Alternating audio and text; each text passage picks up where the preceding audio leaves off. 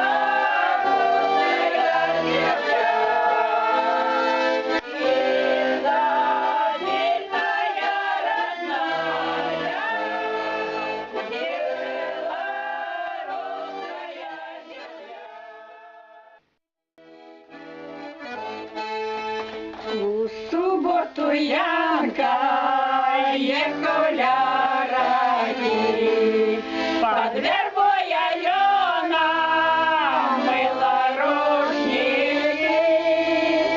Покажи, Алена, вроде земляку, где тут мира ехать на коне раку. Отчепися, хлопец, едя бы туды. Не мути мне только чистое воды. У Маркути Янка головой поник. Упустила девка беленький рушник.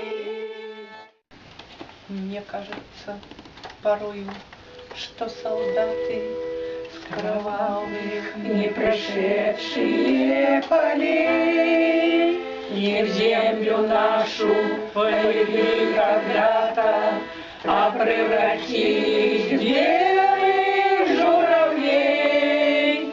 Они до сей поры в племенке дальних летят и подают нам голоса.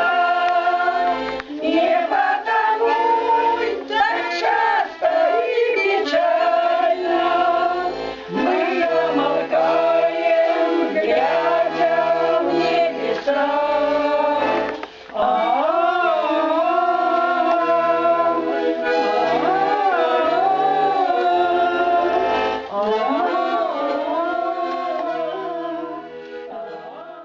А мы запросили до микрофона загадчыцу Левановской библиотеки музея Марию Миколаевну Несцярович рассказать, як рыхтаваліся да свята.